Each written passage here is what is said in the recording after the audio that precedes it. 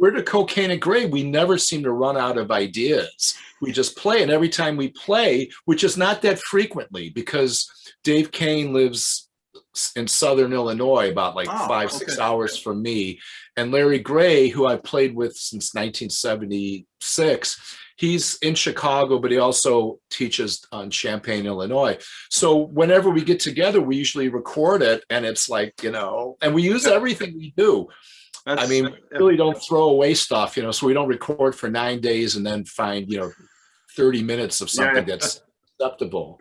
And it's a really interesting progress, because the very first time we played the album Sound Portraits, so because I like coming up with titles for songs and everything. That's the one with the Great Dinosaur thing, right? With what? That track, the Great Dinosaur. I love that. Yeah. So that one, you know, how that whole thing happened was very natural too, because David Cain is someone I didn't know. And he sent me an email, I think in 2012, saying, man, you know, I'd love to play, you know, together or something. I said, sure, you know. And so he had me come down to Springfield, Illinois, and we did a concert. No rehearsals, really. You know, I think we rehearsed during the sound check. I had to learn the songs with a bunch of musicians that he knew. And then it was this event with a really great chef and all this stuff at this place called the Hoogland Center for the Arts. So we recorded that, and it came out really good. So we wanted to do more, and I recommended Larry Gray, who, you know, I played with in many different combinations. And so that very first time that trio played together turned out to be Sound Portraits. Oh, wow. And David Cain's a really good filmmaker, so he filmed everything as well.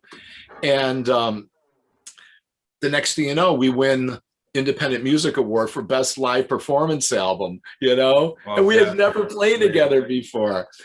And the only time we ever really planned anything was on Shortcuts.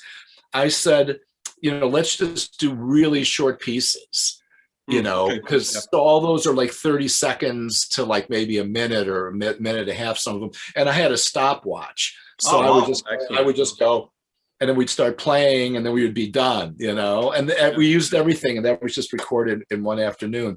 But everything else has always been like, you know, we don't talk about the key, we don't talk about the groove, anything, you know. Oh, okay. Yeah. Did you guys ever consider playing compositions also, like, or? Oh, we could, but I mean, that's not the idea, right, of this one. Well, no, it's not really the idea. So the idea is to spontaneous composition. Yeah. So the new record that we're working on, I'm not going to tell you the title. I came up with a really good title. Dave and I are just putting it together right now. That'll be our 8th recording. It's going to blow people's minds. It's so cool, you know, and it's so different once again, but it's different from kind of everything. It's different not only from what we've done in the past, but also different from what you can hear out there, you know, which is very exciting. And the other thing, talking about like the Jazz Police, you know, people that think music stopped like in 1959, you know. Sure.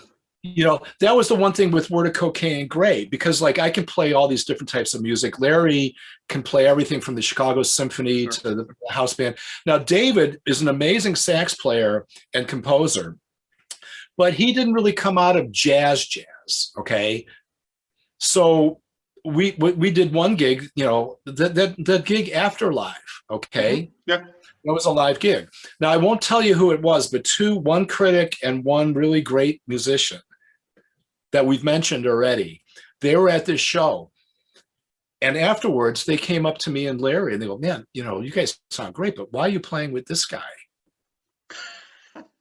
Because he's not playing like bebop scales and licks. He's coming out from this melodic thing, coming out from tradition. And our answer was, that's because we're playing him, because he's really incredibly, he's as talented as we are, but he brings a different element into what our music is too. Because otherwise, if everyone plays the same stuff, that's like the same thing with Joe Daly, me playing that little, you know, commercial as a four. You bring in something totally different.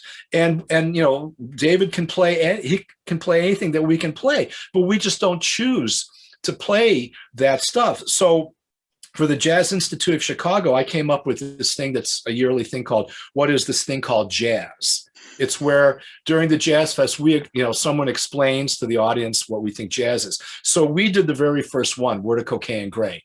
And so we're playing, but we're using not only acoustic instruments, but electric instruments. Mm-hmm. And some people liked it, but man, a lot of the conservative people did not dig that David was playing like, a laptop and stuff. Yeah. They didn't think that was jazz.